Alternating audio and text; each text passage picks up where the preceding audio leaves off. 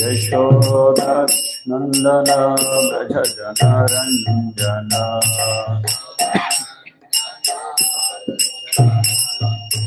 यशोदानंदन व्रज जनरंजन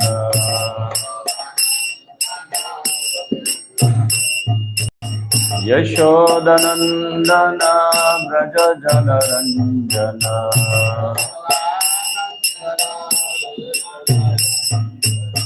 यशोदानंदन व्रज जनरंजन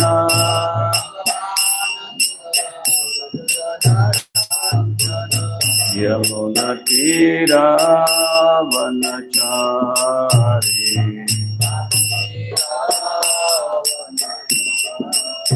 यमुना तीरावनचारी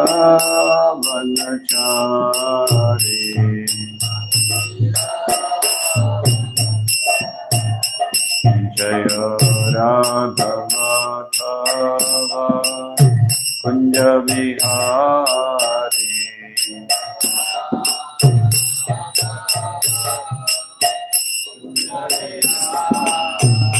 जय श्री कृष्ण चैतन्य प्रभु नित्यानंद श्री अद्वैत गदाधर श्रीवासदि गौर भक्त वृंद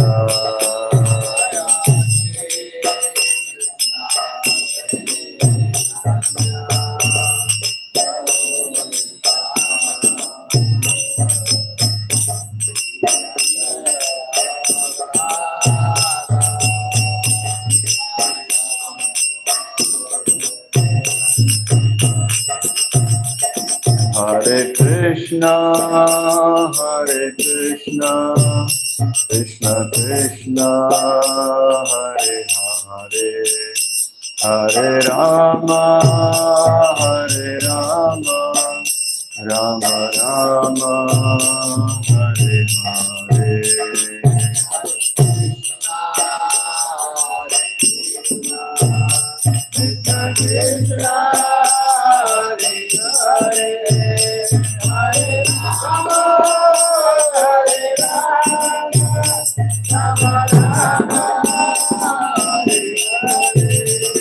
Hare Krishna,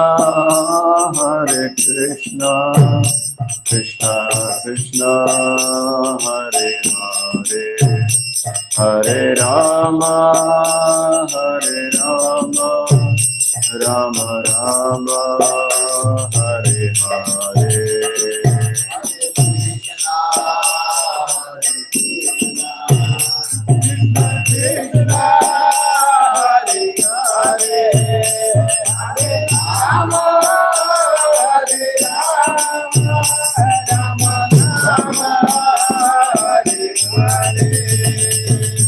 Hare Krishna, Krishna Krishna, Hare Hare, Hare Ram, Ram Ram, Hare Hare.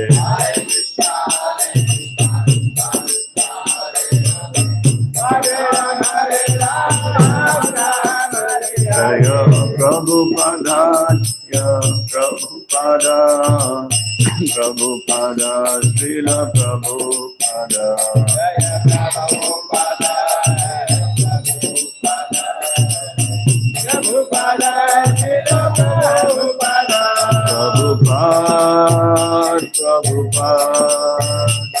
Prabhupada, Jaya Jaya Prabhupada.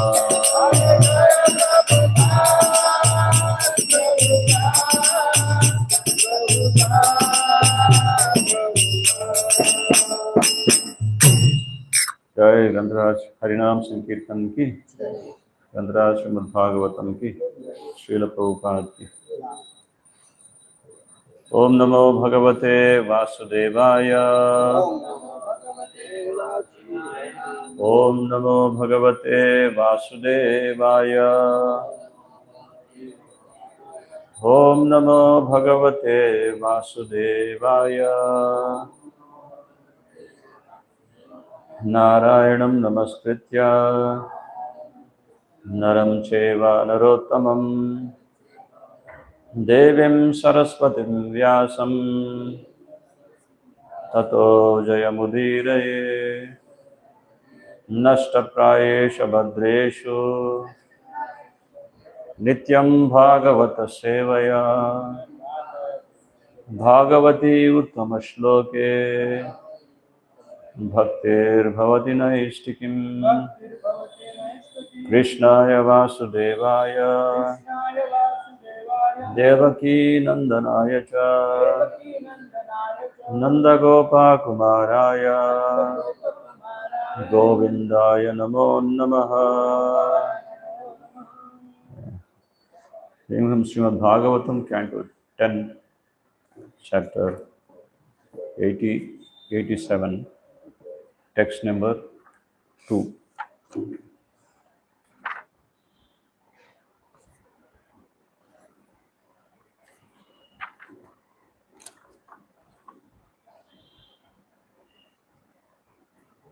The chapter's title is The Prayers of the Personified Vedas.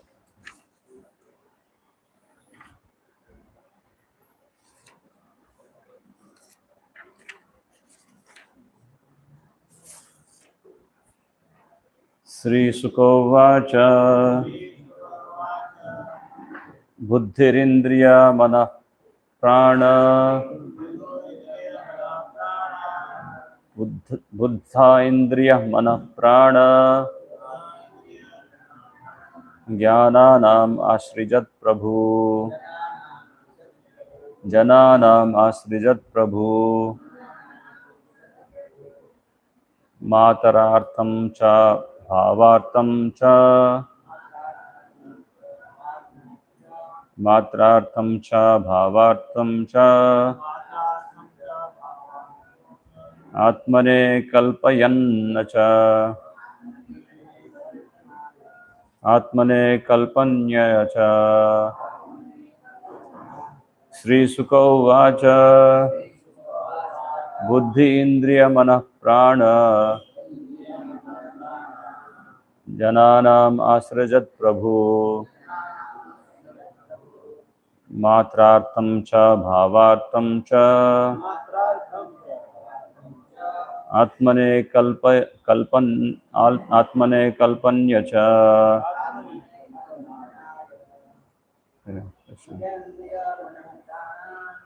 Indriya Mana Prana Jananam Asrajat Prabhu Matrartham cha Bhavartham cha Atmane Kalpananya cha. Sukha Uvacha Buddhindriyam Mana Prana Jananam Asrajat Prabhu Matrartham cha Bhavartham cha Atmani Kalpanaya cha. Sri Sukha Uvacha Indriya Mana Prana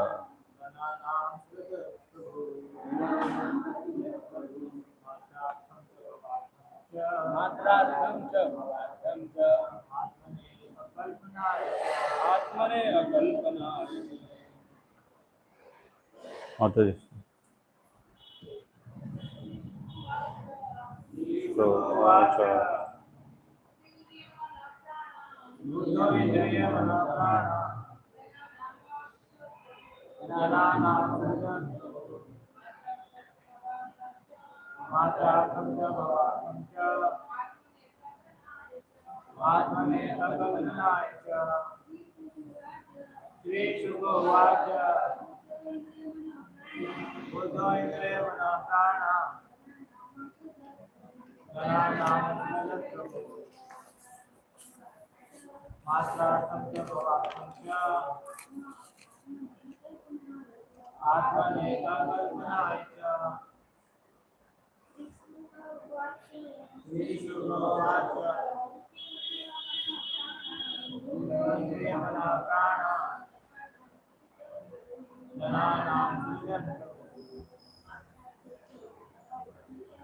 आजातं च भवानं च आत्मने अकल्पनाय च। Word to word meaning Hindi में पढ़ सकते हैं। ये ट्रांसलेशन में एक बार इंग्लिश में पढ़ूंगा, बाद में आप हिंदी में पूरा कर दें। Sukadeva Goswami said, the Supreme Lord manifested the material intelligence, senses, mind, and vital air of the living entities so that they could indulge their desire for sense gratification, take repetition births to engage in fruitive activities, become elevated in future lives, and ultimately attain liberation. धन्यवाद। सुखदेव गोस्वामी ने कहा, भगवान ने जीवों की भौतिक बुद्धि, इंद्रिया, मन तथा प्राण को प्रकट किया, जिससे वे अपनी इच्छाओं को इंद्रिय तृप्ति में लगा सके।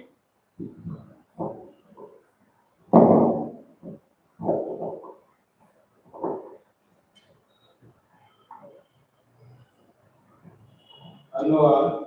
सुखदेव गोस्वामी ने कहा, भगवान ने जीवों की भौतिक बुद्धि, इंद्रिया, मन तथा प्राण को प्रकट किया, जिससे वे अपनी इच्छाओं को इंद्रिय तृप्ति में लगा सके, सकाम कर्मों में संलग्न होने के लिए बारंबार जन्म ले सके, अगले जन्म में ऊपर उठ सके तथा अंततः मोक्ष प्राप्त कर सके।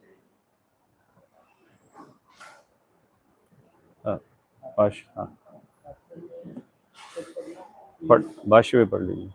हाँ, कंप्लीट। तात्पर्य, सृष्टि के उदय काल में जब बद्धजीव भगवान विष्णु के दिव्य शरीर के भीतर सुप्त पड़े थे, तो जीवों के लाभ हेतु भगवान ने बुद्धि, मन आदि आवरणों को भेजकर सृष्टि क्रम का आरंभ किया। जैसा कि यहाँ कहा गया है, विष्णु स्वतंत्र स्वामी है, प्रभु और सारे जीव उनके जन अर्थात आदि हैं। अतः हमें समझना चाहिए कि प्रभु ने जीवों के लिए ही इस विराट जगत की सृष्टि की। इसमें उनका एकमात्र उद्देश्य दया था।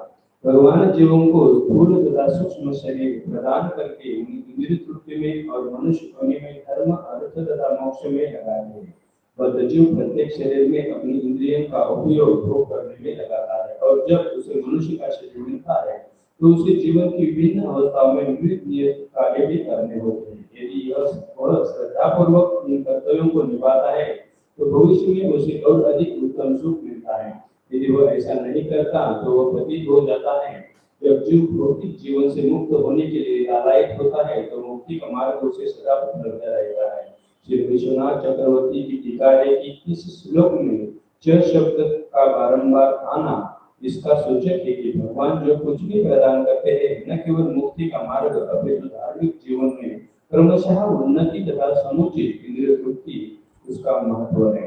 इन सारे प्रयासों में जीव अपनी सफलता के लिए भगवत कृपा पर निर्भर करते हैं। बुद्धि, इंद्रिय, मन तथा प्राण के बिना जीव कुछ भी उपलब्ध नहीं कर सकते। न तो स्वर्ग की प्राप्ति, न ज्ञान द्वारा शुद्धि, न योग में ध्यान की 8 सिद्धियां, न भक्ति योग द्वारा प्राप्त की जाने वाली शुद्ध भक्ति जो भगवान के नामों के श्रवण और कीर्तन से प्रारंभ होती है। यदि ब्रह्म बद्ध जीवों के कल्याण हेतु ये सारी सुविधाएं जुटाता है तो फिर वह निर्विशेष कैसे हो सकता है। उपनिषद ब्रह्म को निर्विशेष के रूप में प्रस्तुत न करके ब्रह्म के साकार गुणों के विषय में विस्तार से बताते हैं। उपनिषदों द्वारा वर्णित ब्रह्म समस्त निम्न भौतिक गुणों से मुक्त है, जो तो भी वे सर्वज्ञ, सर्वशक्तिमान, सर्वों का स्वामी तथा नियंता, ब्रह्मांड भर में पूज्य, हर एक के कर्म का फल देने वाला तथा सच्चिदानंद रूप है। मुंडक उपनिषद में 1.1.9 कहा गया है, यह सर्वज्ञ सर्वविद यस्य ज्ञानमय तपः, जो सर्वज्ञ है और जिनसे समस्त ज्ञान की शक्ति प्राप्त होती है वे सबसे अधिक बुद्धिमान है। बृहदारण्यक उपनिषद के शब्दों में सर्वस्य वसी सर्वशेषानः, वे हर एक के स्वामी तथा नियंत्रक है। यह पृथ्वीव्यां तिष्ठत् पृथ्वीव्या अंतरः, वे जो पृथ्वी के भीतर वास करते हैं तथा उसमें व्याप्त है।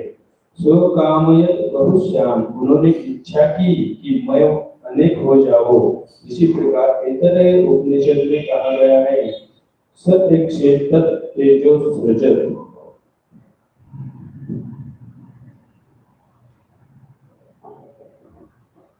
उन्होंने अपनी सृष्टि के ऊपर दृष्टि फेरी, जिसके बाद उन्होंने सृष्टि प्रकट की। ऐतरेय उपनिषद की घोषणा है, सत्यम ज्ञानम अंततः ब्रह्म, ब्रह्म असीम सत्य तथा ज्ञान है। तत्तत्वम असि वाक्यस्य, तो प्राय निर्विशेष वाली शांत जीवात्मा तथा उसके सृष्टा में तादात्म्य दृष्टि के लिए करते हैं। शंकराचार्य तथा उनके अनुयायीगण इन शब्दों को कुछ महावाक्यों का रूप देते हैं, जिनसे वेदांत का सार व्यक्त होता है, किंतु वेदांत के आदर्श वैष्णव मतानुयायी इस व्याख्या का डटकर विरोध करते हैं। आचार्य राजानुज, मध्व, बलदेव, विद्याभूषण इत्यादि ने उपनिषदों तथा अन्य ग्रंथों के क्रमबद्ध अध्ययन के आधार पर कई वैकल्पिक व्याख्या प्रस्तुत की है। यहाँ पर महाराज परीक्षित द्वारा पूछे गए इस प्रश्न का कि वे किस तरह प्रत्यक्ष रूप से परम ब्रह्म का कीर्तन कर सकते हैं, सुखदेव गोस्वामी ने इस प्रकार उत्तर दिया है। भगवान ने बद्धजनों के लिए पृथ्वी तथा अन्य तत्वों की रचना की। संशयवादी आपत्ति कर सकता है कि यह उत्तर अप्रासंगिक है, किंतु सुखदेव गोस्वामी का उत्तर वास्तव में अप्रासंगिक नहीं है। जैसा कि श्री विश्वनाथ चक्रवर्ती व्याख्या करते हैं, सूक्ष्म प्रश्नों के उत्तर प्राय अप्रत्यक्ष रीति से दिए जाते हैं। जैसा कि स्वयं भगवान ने उद्धव को दिए गए अपने उपदेशों में कहा है, परोक्षवादः ऋषयः परोक्षम मम च प्रियम्। वैदिक भविष्य दृष्टा तथा मंत्र पूरी शब्दावली का प्रयोग करते हैं और मैं भी ऐसे ही गोपनीय वर्णन से प्रसन्न रहता हूँ। इस वर्तमान प्रसंग में निर्विशेषवादी जिनकी ओर से परीक्षित महाराज ने यह प्रश्न पूछा है, प्रत्यक्ष उत्तर को नहीं समझ सकते, इसलिए सुखदेव गोस्वामी यह परोक्ष उत्तर देते हैं। तुम कहते हो कि ब्रह्म का वर्णन शब्दों द्वारा नहीं किया जा सकता, किंतु यदि भगवान ने बुद्धि, मन तथा इंद्रियां न बनाई होती तो ध्वनि आदि अनुभव की जाने वाली वस्तुएं तुम्हारे ब्रह्म की ही तरह अवर्णनीय रह जाती। जब तो तुम जन्म से अंधे तथा बहरे रहते और भौतिक स्वरूपों तथा ध्वनियों के बारे में कुछ भी न जानते, ब्रह्म की बात तो कोसों दूर रहती। अतः जिस तरह दयालु ईश्वर ने हमें अनुभव करने की अनुभूति तथा दृष्टि, ध्वनि आदि की अनुभूति का अन्यों को वर्णन करने के साधन प्रदान किए थे, उसी तरह वही ईश्वर किसी न किसी को ब्रह्म की अनुभूति करने की ग्रहणशील क्षमता प्रदान कर सकता है। यदि वह चाहे तो शब्दों से किसी असाधारण विधि से काम कर सकता है। भौतिक पदार्थों, गुणों, श्रेणियों तथा कार्यों को की ओर सामान्य संदर्भ बताने के अलावा जिससे वे ब्रह्म को व्यक्त कर सके। अंततः वह सर्वशक्तिमान स्वामी प्रभु है, अब अवर्णनीय को वर्णनीय बना सकता है। मत्स्यराज राजा सत्यव्रत को विश्वास दिलाते हैं कि ब्रह्म को वेदों के शब्दों से जाना जा सकता है। मदीयम महिमानम च परम ब्रह्मेति शब्दम वेत्सस्य अनुग्रहितम में संप्रश्नेन विव्रतम हृदि। मैं तुम्हें ठीक से सलाह दूंगा और तुम पर दया करूंगा, और चूंकि तुमने प्रश्न किया है इसलिए मेरी महिमा से संबंधित हर बात जो कि परब्रह्म के नाम से विख्यात है तुम्हारे हृदय में प्रकट हो जाएगी। इस तरह तुम मेरे विषय में सब कुछ जान सकोगे। जिस भाग्यशाली जीव को भगवान ने दैविक उत्सुकता प्रदान की है, वह ब्रह्म के स्वभाव के बारे में प्रश्न करेगा और वैदिक साहित्य में उनकी प्रदान की महर्षियों के उत्तरों को सुनकर तो भगवान को यथारूप में जान सकेगा। अतएव परम पुरुष की विशेष कृपा से ये ब्रह्म शब्दितम शब्दों द्वारा निरूपित बनता है। अन्यथा भगवान की विशेष कृपा के बिना वेदों के शब्द परम ब्रह्म को प्रकट नहीं कर सकते। श्री विश्वनाथ चक्रवर्ती का सुझाव है, इस श्लोक में सुखदेव गोस्वामी द्वारा कहा गया बुद्धि शब्द मत तत्व को सूचित करने वाला हो सकता है, जिससे आकाश के विभिन्न अंश यथा ध्वनि निकलते हैं, जिन्हें यहाँ पर इंद्रिय कहा गया है। तब मात्रार्थम का अर्थ होगा ब्रह्म का वर्णन करने के लिए दिव्य ध्वनि का प्रयोग करने के शुभ, क्योंकि किसी निश्चित कार्य के लिए भगवान ने प्रकृति को आकाश तथा ध्वनि उत्पन्न करने के लिए प्रेरित किया। सृष्टि के प्रयोजन को आगे समझाने के लिए भावार्थम तथा आत्मनि कल्पनाएं शब्दों का प्रयोग हुआ है। भावार्थम का अर्थ है जीवों की कल्याण की।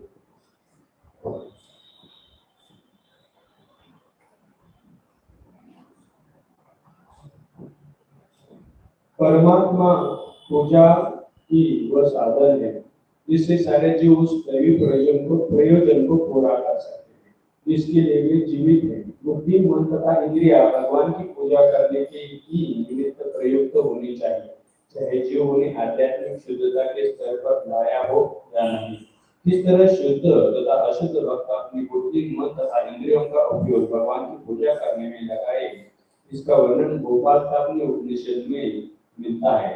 शतपुंडरीक नयनम मेघाभं वैद्युतांबरम द्विभुजं मौन मुद्राख्यम वनमालिनीश्वरम। विभूति रूप में प्रकट होने वाले भगवान के दिव्य नेत्र कमल जैसे, मुखड़ा बादलों के रंग का तथा वस्त्र बिजली जैसे थे। वे जंगली फूलों की माला पहने थे तथा उनका सौंदर्य उनकी मौन मुद्रा के कारण बढ़ गया था। क्योंकि भगवान के पूर्ण भक्तों की दिव्य बुद्धि तथा इंद्रियां भगवान के शुद्ध आध्यात्मिक सौंदर्य को ठीक से देखती है और उनकी अनुभूतियों की प्रतिध्वनि गोपाल तापनी स्तुति के वर्णन में प्रतिध्वनित होती है। जिसे भगवान कृष्ण के नेत्रों, शरीर तथा वस्त्र की उपमा कमल, बादल तथा बिजली से दी गई है। दूसरी ओर साधन भक्ति के स्तर पर भक्तों को जो शुद्ध होने की प्रक्रिया से गुजर रहे होते हैं, भगवान के असीम दिव्य सौंदर्य का कुछ कुछ भी अनुभव रहता है। फिर भी गोपाल तापनी उपनिषद जैसे शास्त्रों से इस जैसे उदाहरणों को सुनकर वे अपनी बुद्धि के अनुसार भगवान को ध्यान में लग जाते हैं। यद्यपि नवदीक्षित भक्त भगवान की पूर्ण अनुभूति प्राप्त करना तथा स्थिर होकर उनके शरीर को घेरने वाले ऐश्वर्य पर ध्यान करना पूरी तरह नहीं सीख पाते, फिर भी वे यह कल्पना करने में आनंद पाते हैं कि हम अपने प्रभु का ध्यान कर रहे हैं और भगवान अपनी अपार कृपा की तरंगों में बहकर स्वयं सोते हैं, ये भक्तगण मेरा ध्यान कर रहे थे। जब उनकी भक्ति परिपक्व हो जाती है तो वे उन्हें अपने चरणों की घनिष्ठ सेवा करने की ओर खींच लेते। इस तरह हम यह निष्कर्ष निकला कि ब्रह्म की कृपा से ही वे ब्रह्म के साकार स्वरूप तक पहुंच सकते हैं।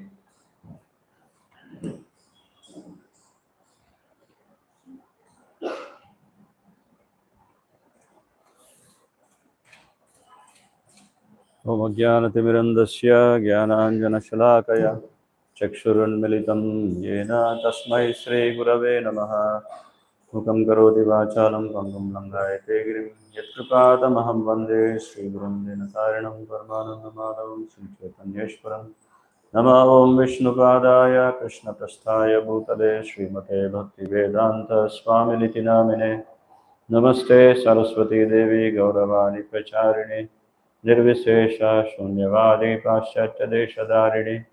जय श्री कृष्ण चैतन्य प्रभु नित्यानंद श्री अद्वैत गदाधर श्रीवासादि गौर भक्तवृंद।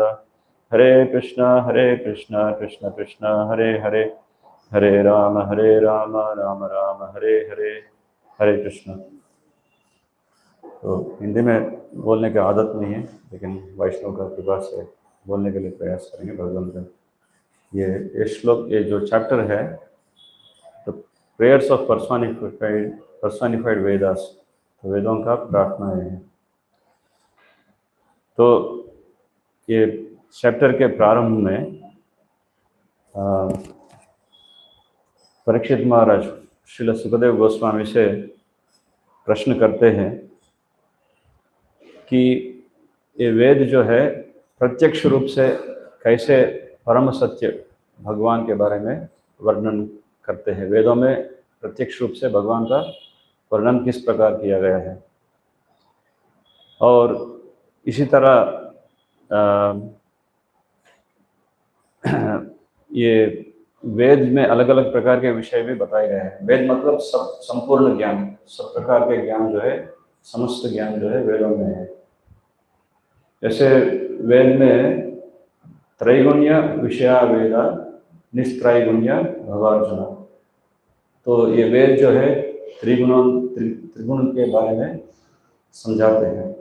ऐसे तीन गुणों के बारे में वर्णन किया गया है, सत्वगुण, रजोगुण और तमोगुण। तो किस प्रकार ये तीन गुणों से परे होकर व्यक्ति ब्रह्मभूत स्थायी पे पहुंच सकते हैं, इसके बारे में भी वर्णन किया गया है। तो तमोगुणी व्यक्ति साधना से किस प्रकार रजोगुण के स्तर पे उठ सकते हैं, और रजोगुणी व्यक्ति किस प्रकार तपस्या साधना से सत्वगुण में पहुंच सकते हैं। लेकिन ये सत्व रजस तमोगुण जो है, ये तीन प्रकार के बंधन ही होते हैं भौतिक संसार में। जैसे गीता में समझाते हैं, भगवत गीता में दैवी ही एषा गुणमयी मम माया दुरत्यया मामेव ये प्रपद्यन्ते मायामेतां तरन्ते। सो दैवी ही एषा गुणमयी, भगवान कृष्ण बताते हैं कि जो मेरा माया है, ये माया शक्ति, ये 3 गुणों से बद्ध जीव को इस भौतिक संसार में बांध देती है।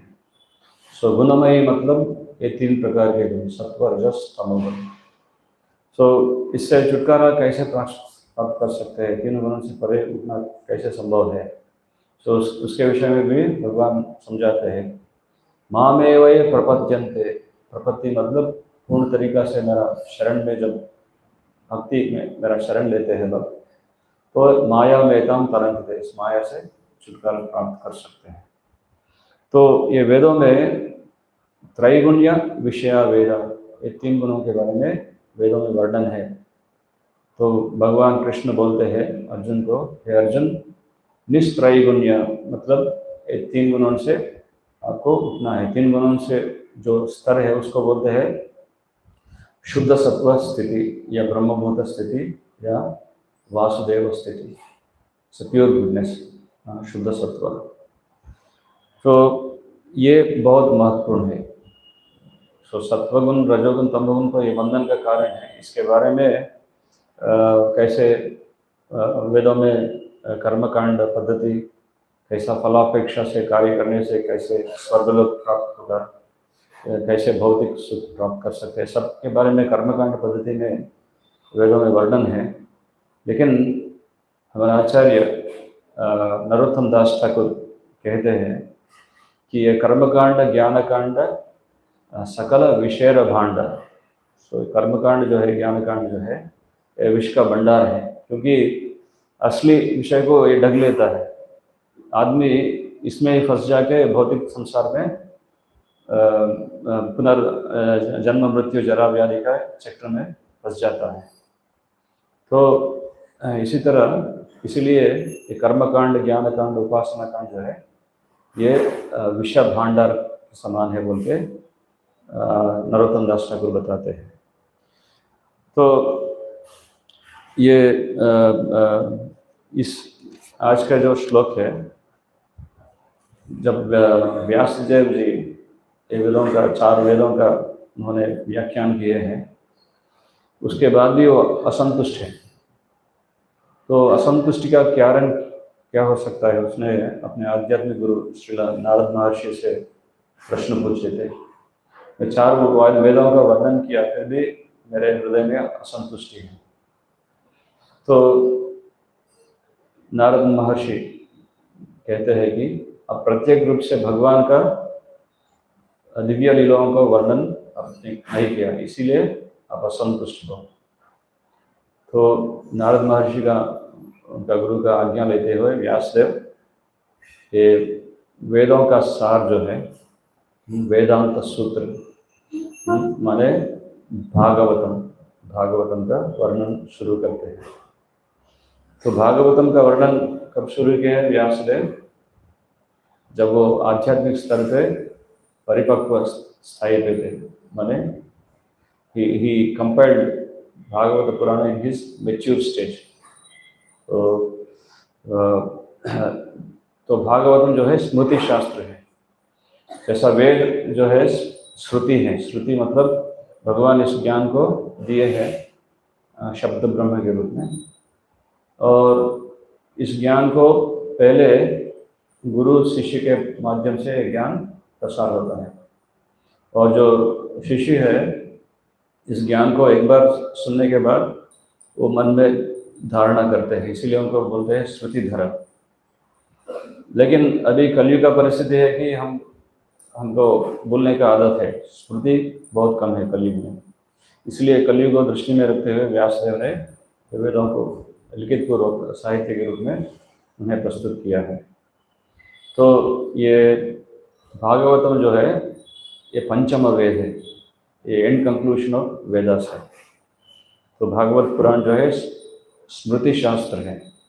श्रुति मतलब स्वयं भगवान बोला हुआ वाक्य है, और स्मृति मतलब जो भगवान का संदेश है उसको ग्रहण करने के बाद जैसे बड़े बड़े ऋषि मुनि हैं वो उनका जो साक्षात्कार है, वो जो पुराण और ये वर्णन करते हैं उसको स्मृति शास्त्र बोलते हैं। सो अल्टीमेटली वेदास, ये वेदों का चरम लक्ष्य क्या है? वेदैश्च सर्वैर अहमेव वेद्यो वेदांत वेद विदेव चाहूँ। वेदैश्च सर्वैर अहमेव वेद्यो, भगवान कृष्ण बोलते हैं कि इस सब वेदों का अल्टीमेट सार है मुझे जानना, मुझे समझना ही वेदों का सार है। तो ये जो पहले वर्ष है, इस अध्याय का जो पहले श्लोक है, इसमें परीक्षित महाराज उन्होंने प्रश्न पूछा है श्रील सुखदेव गोस्वामी से। तो वेदों में प्रत्यक्ष रूप से भगवान का किस जगह पे वर्णन किया गया है? जैसे वेदों में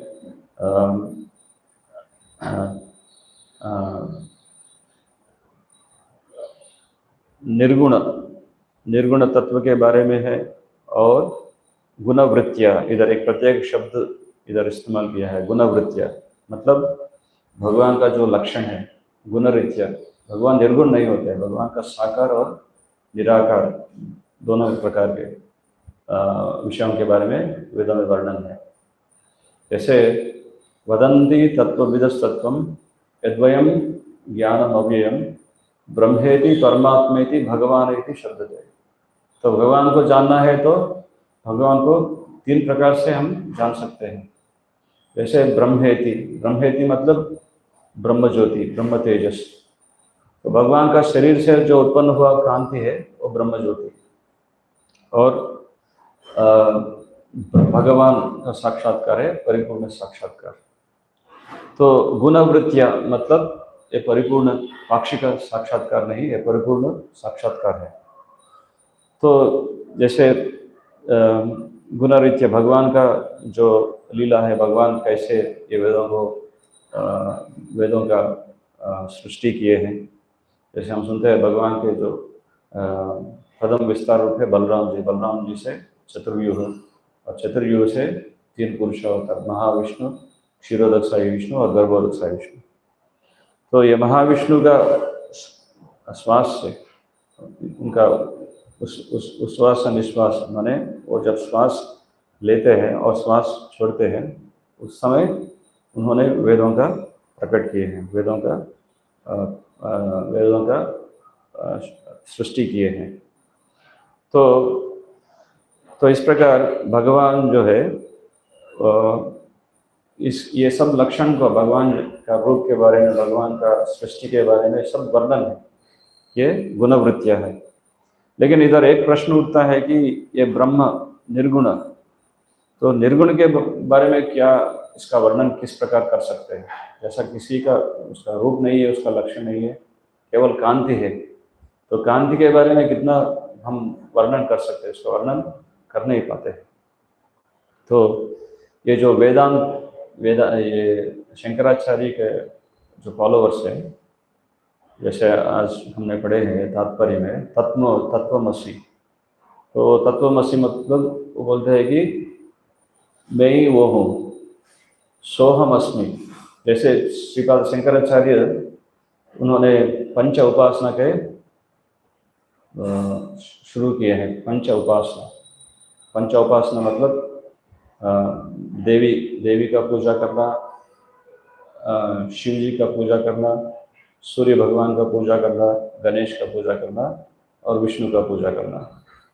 तो उनका उद्देश्य है कि जैसे किसी विग्रह का हम प्रतिष्ठा करते हैं, देवी का या गणेश का या विष्णु का, वो विग्रह केवल निग्रह के लिए है। बस अल्टीमेटली सोहम अस्मि मतलब जब मुझे साक्षात्कार होता है तो मैं ही तुम हो, तुम ही मैं हूँ। तो ये मायावाद भाष्य हो गया। तो मायावाद भाष्य, तो शंकराचार्य ये पंचोपासना का स्थापना किए हैं ताकि वो अल्टीमेटली ये बुद्ध सिद्धांत को खंडन करने के लिए। जैसे बौद्ध ना मानिया वेद को तिरस्कृत किए हैं बुद्धिस्ट, तो वेदों को रिवाइव करना चाहिए। तो इसलिए वेदों को रिवाइव करने के लिए, फिर शुरू करने के लिए शंकराचार्य ये शास्त्र के बारे में बताया। ऐसे अहम ब्रह्मास्मि से शुरू हुई। तो ये सुखदेव गोस्वामी इधर बोलते हैं कि भगवान श्री सुखोवाच, तो ये पहले के श्लोक में परीक्षित महाराज जो पजल्ड है वो समझ नहीं पाते हैं कि वेदों में प्रत्यक्ष रूप से भगवान का स्वरूप के बारे में और ये निर्गुण तत्व के बारे में कैसे वर्णन किया गया है। तो आज उसका आंसर आज का श्लोक में श्री सुखदेव गोस्वामी देते हैं। सुखदेव गोस्वामी कहते हैं कि बुद्धि इंद्रिय मन प्राण, बुद्धि इंद्रिय मन प्राण, जनानाम आसृजत प्रभु। तो भगवान मनुष्यों को प्राण दिए है, प्राणवायु दिए है। प्राण नहीं है तो हम कुछ कर, शरीर में जीव नहीं है तो शरीर से कुछ नहीं होगा, वो कुछ नहीं कर पाता है। तो प्राणवायु दिए हैं, बुद्धि दिए हैं और इंद्रिय भी दिए हैं। तो इस इंद्रिय के माध्यम से इंद्रिय सुख प्राप्त करने के लिए जीव अलग अलग प्रकार के प्रयास करते हैं, लेकिन उनका इच्छा जो है सब भगवान ही पूर्ण करते हैं। ये जीव जो है भगवान का अंश है। नित्यो नित्यानाम चैतनश्चैतनानाम एको बहुनाम यो विदधाति कामान। हम भी, भगवान नित्य है, हम भी जीव भी नित्य है। भगवान चैतनश्चैतनानाम, हमारा भी हृदय में हमारा भी कॉन्शियसनेस है, भगवान भी पूर्ण चैतन्य है। लेकिन अंतर क्या है? एको बहुनाम यो विदधाति कामान। भगवान एक जो है सब प्राणियों को, जो अलग अलग प्रकार के जितने भी प्राणी हैं, उनका सबका हृदय में जितने भी इच्छा है, काम वासना है, सब इच्छाओं को भगवान एक ही पूर्ण करते हैं। एको बहुनाम जो विदधाति कामान, सबका इच्छा भगवान पूर्ण करते हैं। तो जब जीव वो भौतिक सृष्टि में आके भोग करने के लिए प्रयास करते हैं और विफल हो जाते हैं, जब ही बिकम्स फ्रस्ट्रेटेड, उन्हें थक जाते हैं, तब उनको साक्षात्कार होता है कि हम मोक्ष प्राप्त करें। तो यही बात को आज को श्लोक में बताते हैं कि जब जीव ये अलग अलग प्रकार के धर्म अर्थ काम मोक्ष, धर्म अर्थ आर्थिक अभिवृद्धि के रूप में ऐसे ऐसे प्रयास करते हैं भौतिक संसार में आके, फिर अंत में मोक्ष का प्राप्त करने के लिए जब इच्छा प्रकट करते हैं, तो मोक्ष का द्वार जो है हमेशा खुला हुआ है जीव के लिए। मोक्ष मतलब मोक्ष जन्म मृत्यु जरा व्याधि से छुटकारा प्राप्त करना। तो ये भौतिक संसार में जो दुख का कारण होता है, ये सब दुखों का कारण ये चार चीज में वर्णन किया गया है: जन्म, मृत्यु, जरा और व्याधि। दुख दोषानु दर्शन। तो दुख का दर्शन करना है तो ये चार चीज में दर्शन कर सकते हैं। तो इससे छुटकारा प्राप्त करना ही मोक्ष है। लेकिन श्री चैतन्य महाप्रभु केवल मोक्ष तक ही सीमित ज्ञान हमको नहीं दिया है। ये कलियुग में चैतन्य महाप्रभु प्रकट हुए हैं और मोक्ष से ऊपर जो है भगवत प्रेम प्राप्त करने का एक मार्ग हमको दिए हैं। तो इसको बोलते हैं पंचम पुरुषार्थ। प्रेमा कुमार तो महान, भगवत प्रेम प्राप्त करना जो है ये पंचम पुरुषार्थ है। तो ये सबसे ऊंचा स्थिति है, भगवान का प्रेम प्राप्त करना ये सबसे टॉप मोस्ट प्लेटफॉर्म है। तो ये तात्पर्य में प्रभुपाद जी समझाते हैं इधर, at the dawn of creation, living entities by the dormant within the bodies of Lord Vishnu. तो भगवान के इस सृष्टि के पहले सब जीव किधर है? भगवान जो महत्त्व बनाए हैं वो महत्त्व में सब जीव है। तो वो डॉर्मेंट स्टेज में है। डॉर्मेंट को क्या बोलते हैं हिंदी में? छुपे हुए हैं वही महातत्व में। तो भगवान सृष्टि कैसे करते हैं, सृष्टि के ऊपर कैसे पहले साहित्य वीक्षति, पहले उनका दृष्टि पड़ता है, इस प्रकार इस सृष्टि का रचना किया जाता है। साथ साथ में ये सब जीव भी भगवान उनको प्रकट करते हैं। सो ये सब जीव जो है महातत्व के अंदर में डॉर्मेंट स्टेज में है। तो भगवान स्वराट है, सर्व स्वतंत्र है, इंडिपेंडेंट है, और जीव जो है भगवान के ऊपर पूर्ण तरीका से निर्भर है, डिपेंडेंट है। तो भगवान इंडिपेंडेंट होने के नाते भी जीव को भी थोड़ा सा स्वतंत्र दिए हैं। जैसे एक उदाहरण रूप से बताते हैं कि जैसे गाय को रस्सी से बांधते हैं, तो गाय जो बांधा हुआ गाय है वो कितने दूर जा सकता है, जितना वो रस्सी का लंबाई है उतना तक ही वो घूम सकता है। इसी तरह जीव को भी थोड़ा सा स्वतंत्र दिए हैं भगवान। तो उस स्वतंत्रता को सही ढंग से वो इस्तेमाल करते हुए जीव वो भगवत प्राप्ति करने का प्रयास कर सकता है, या नहीं तो माया में भी फंस सकता है। तो ये सृष्टि का निर्माण भी किए हैं, इसका भी वर्णन आज का श्लोक का तात्पर्य में प्रभुपाद जी बताते हैं। The Lord creates this cosmic creation entirely for living entities sake. हमारे मनुष्य के लिए ही इस सृष्टि का रचना किए गए हैं, क्योंकि हम भगवान भोक्ताराम है, तो सब सुप्रीम एंजॉयर। सो भगवान से अलग होके हम भी आधिपत्य करना चाहते हैं। इसी कारण भगवान ने इस सृष्टि का रचना की है। और इस सृष्टि का अधिष्ठात्री कौन है? दुर्गा देवी। और दुर्गा देवी दंड देती हैं, अलग अलग प्रकार के क्लेशों से पीड़ा देती है भौतिक संसार में सभी जीवों, सब प्राणियों को, ताकि वो सुधर सके कि मैं बहुत बड़ा गलती किया हूँ, मैं इस भौतिक संसार में आया हूँ भगवान से कृष्ण बहिर्मुख जीव भोगवांछा करे। सो कृष्ण बहिर्मुख जीव, कृष्ण से मैं हट गया हूँ और भोगवांछा करने का इच्छा प्रकट हुआ, इसलिए इस संसार में जीव फंस गया है। तो भगवान इस जीव को किस प्रकार हर एक विषय में जीव भगवान के ऊपर निर्भर है, इसको ये तात्पर्य में समझाते हैं। तो बोलते हैं कि the condition soul utilizes his senses for enjoyment. तो हमको इंद्रिय दिए हैं भगवान, तो इंद्रिय के माध्यम से ही हम इंद्रिय का भोग कर सकते हैं। तो इंद्रिय भी, ये भोग करने का जो इंद्रिय है, ये सुविधा जो है वो भगवान दिए हैं। तो अगर इंद्रिय नहीं तो किस प्रकार का भोग कर सकते हैं इंद्रिय का बिना? तो ये बुद्धि इंद्रिय, बुद्धिर इंद्रिय मन प्राण, बुद्धि इंद्रिय और मन प्राण। बुद्धि मतलब भौतिक बुद्धि, मन मतलब इंटेलिजेंस, इंद्रिय मतलब सेंसेस, और प्राणवायु, ये सब दिए हैं।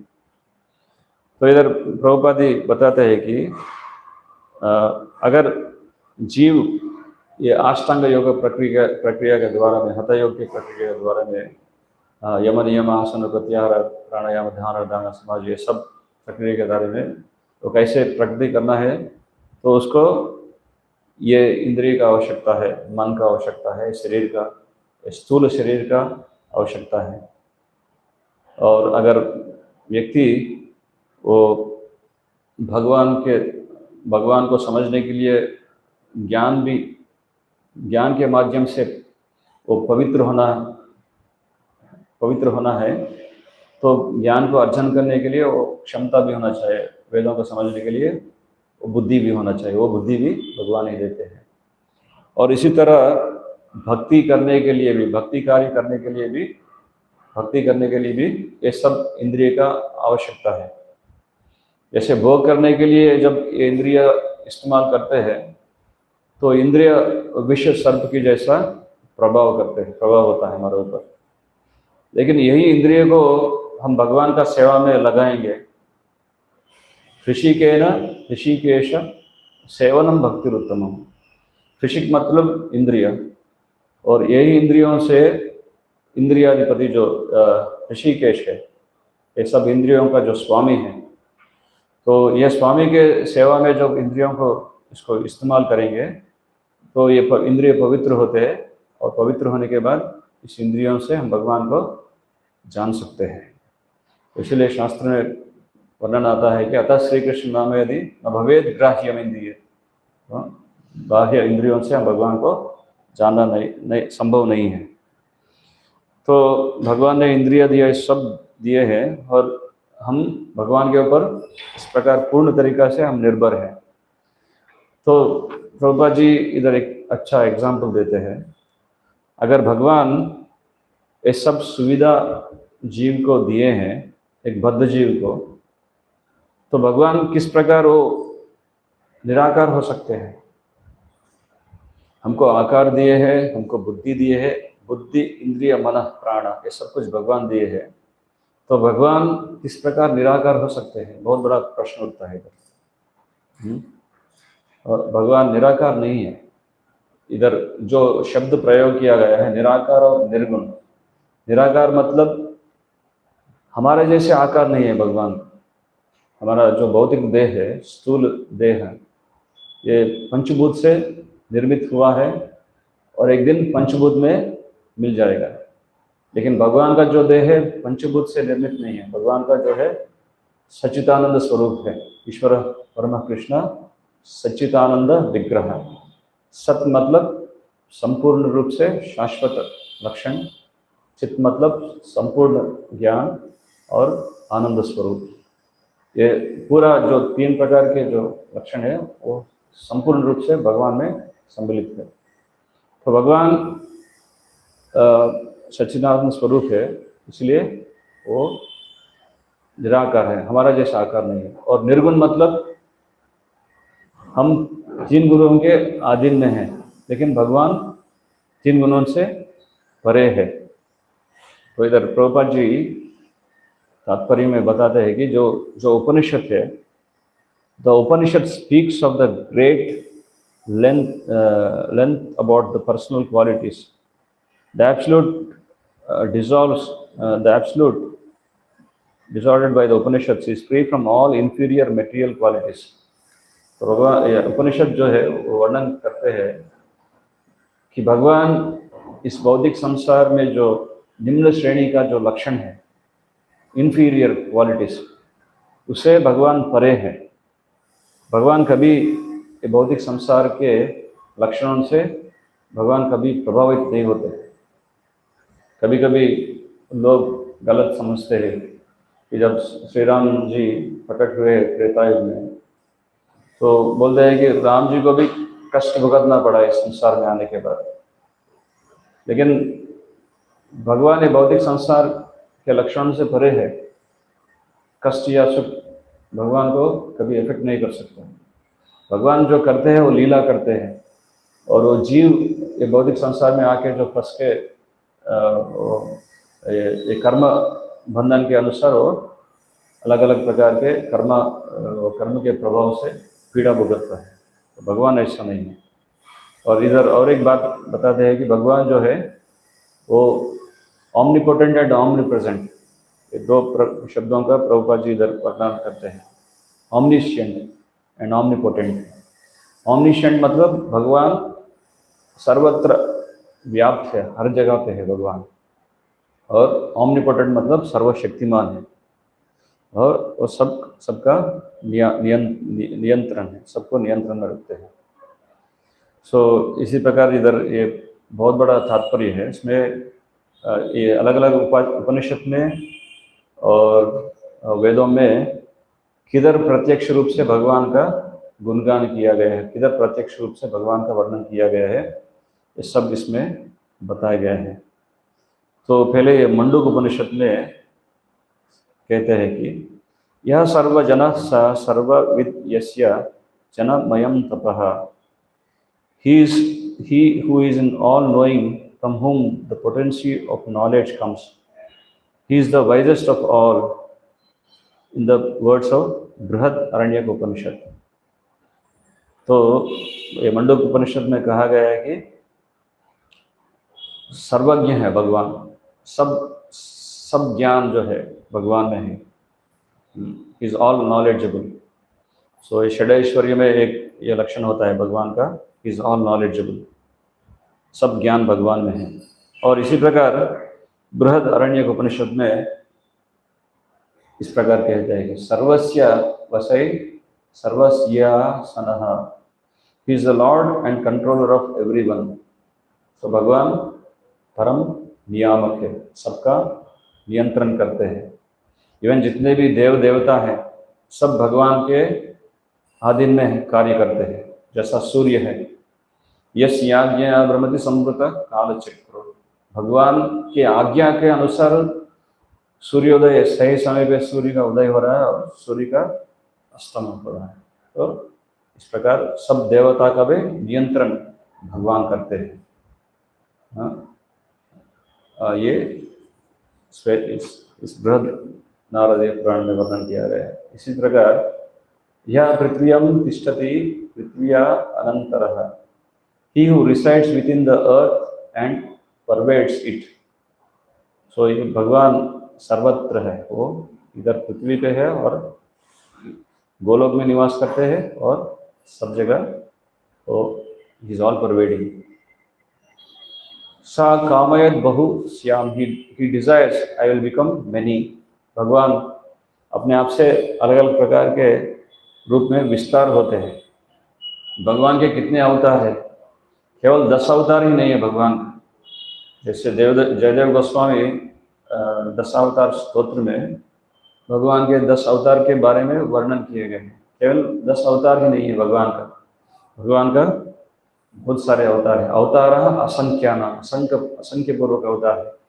जैसे समुद्र में जितने लहरें हैं हम वो गिन नहीं पाते हैं कितना लहर है, इसी प्रकार भगवान का अवतार भी गिन नहीं पाते हैं।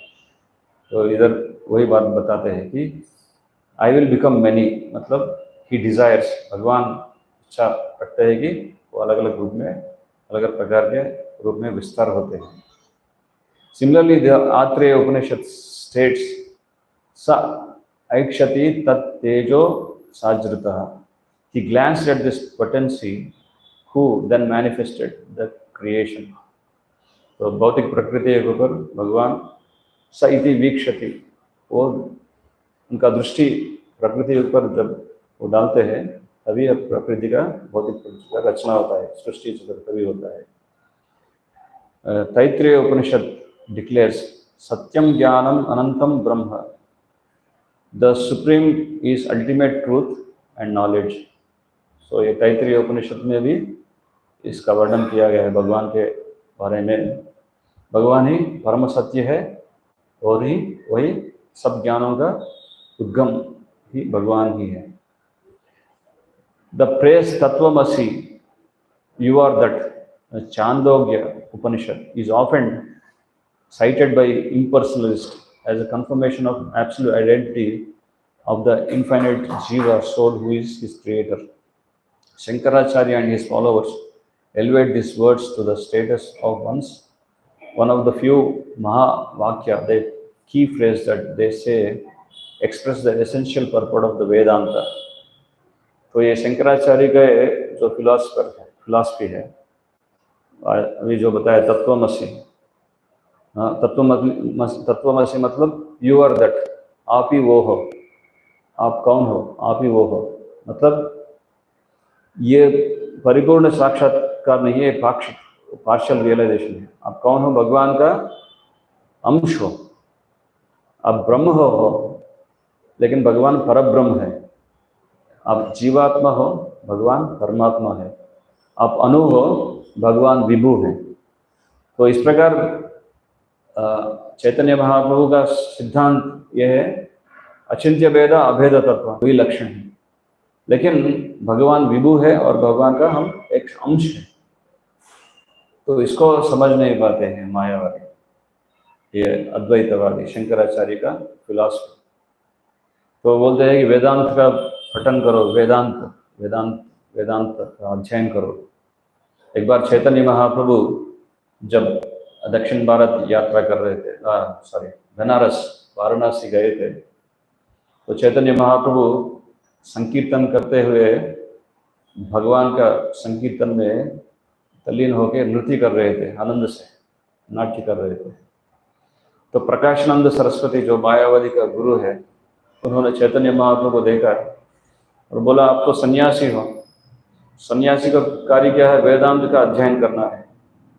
तो आप बिना वेदांत का अध्ययन करते हुए आप भावुक होकर भगवान का ये सेंटिमेंटल प्लेटफॉर्म पे अब क्या कर रहे हो?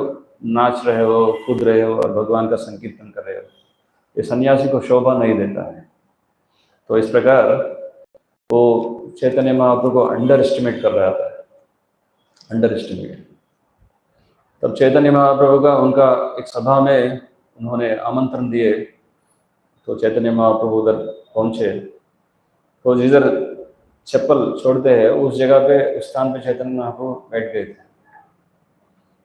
लेकिन उनका शरीर से जितना भी तेज उत्पन्न हो रहा था वो सब भ्रमित हो गए। वो बहुत आश्चर्य उनको लग रहा था कि ये महान पुरुष है, महापुरुष है, उनको वो उचित नहीं उधर उस स्थान पे बैठना। तो प्रकाशानंद सरस्वती उनको आदर सम्मान देते, उनको उठाया और उनका सभा में उनको बिठाया। तो उन्होंने यही वेदांत के बारे में चर्चा हो रहा था उधर। लेकिन चैतन्य महाप्रभु जब ये भक्ति सूत्र के बारे में, भक्ति योग के बारे में जब उन्होंने वर्णन करना शुरू किए, तब जितने भी प्रकाशानंद के सरस्वती के साथ साथ में जितने भी उनका अनुयायी है, जितने भी उनका एसोसिएट्स है, सब लोग चैतन्य महाप्रभु का शरण लिए और वो भी भक्ति मार्ग को अपनाए। तो इसका मतलब है कि भक्त लोग जो है, भक्ति योग जो है सब वेदों का सार है। ये सब योग पद्धतियों का जो अल्टीमेट सार है वो भक्ति है। कर्म योग, ज्ञान योग, अष्टांग योग, सब प्रकार के योग है, अल्टीमेटली जो है भक्ति है, सबसे टॉप मोस्ट योगा है। इसलिए भगवान अर्जुन से बोलते हैं कि योगिनाम अपि सर्वेषां मत्पथेन अंतरात्मनः। तो ये अर्जुन, आप सब योगों से श्रेष्ठ है और ऊंचे स्तर पे हैं, क्योंकि मेरे आज्ञा के अनुसार आप कार्य कर रहे हैं। तो ये भक्ति में जब आते हैं तो सब ज्ञानों का सार भक्त को प्राप्त होता है। इसी ऐसा नहीं कि वो वेदों को परिचय नहीं है, सब वेदों का सार का उद्देश्य ही भक्ति कार्य है। तो भगवान भी ये वेदों का समझना इम्पॉसिबल है, बहुत मुश्किल है, लेकिन वेदों का जो सार है, वेदांत सूत्र जो है, भगवान का जो लीला है, वो हम समझ सकते हैं। वो समझने के लिए हमको एक चैतन्य महाप्रभु का कृपा से हमको ये अवसर प्रदान हुआ।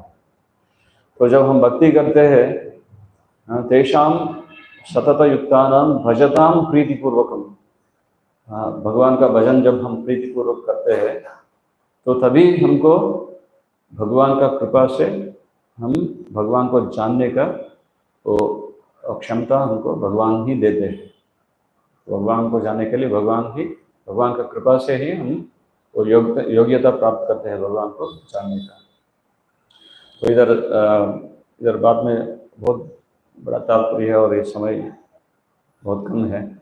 ये क्लास जो है 2 दिन चलना चाहिए, इसमें इतना 3 पेजेस का तात्पर्य है इसमें। तो इसमें और वर्णन किया गया है कि जैसे आचार्य रामानुजा मध्वा Baldev Vidyabhushan and others have offered numerous alternative explanations according to the systematic study of Upanishads and Shrutis. तो जो बड़े बड़े आचार्य है, रामानुजाचार्य और मध्वाचार्य, बलदेव विद्याभूषण, और ये जो वैष्णव आचार्य है, वो अलग अलग प्रकार के उपनिषद में बहुत सारे ये सिस्टमेटिक स्टडी के अनुसार वो बहुत सारा टीका दिए हैं भक्ति सूत्र के बारे में। तो परीक्षित महाराज जो प्रश्न पूछे हैं, किस जगह पे भगवान परम सत्य के बारे में प्रत्यक्ष रूप से वेदों में वर्णन है, तो इसलिए इस अध्याय में, ये चैप्टर में बहुत सारा रेफरेंस दे रहे हैं किधर है। चांदोग्य उपनिषद में, जैसे चांदोग्य उपनिषद में स्वर्ग स्वर्गलोक का प्राप्ति कैसे करना इसके बारे में भी है, कर्मकांड के बारे में। स्वर्गलोक कैसे जा सकते हैं, स्वर्गलोक में कैसे स्थिति है, स्वर्गलोक में जाएंगे तो स्वर्ग सौभाग्य प्राप्त करेंगे, लेकिन स्वर्ग से जब नीचे गिरते हैं तब उनको इतना दुख होता है कि वो सहन नहीं पाते हैं। तो ये चांदोग्य उपनिषद में वर्णन करते हैं। तो सब लोग जो कर्मकांड के पद्धति से वो भौतिक सुख प्राप्त करना चाहते हैं, वेदों में इसमें फंस जाते हैं। लेकिन जो वेदों का जो चरम लक्ष्य है भगवान का प्राप्त करना है, तो वो भागवतम का आश्रय लेना है। तो भागवतम जो है पंचम वेद है और सब वेदों का वही सार है। हरे कृष्ण। जय श्रीमद् भगवद गीता, जय श्रीमद् भागवतम की, जय श्रील प्रभुपाद की। हरे कृष्ण। जय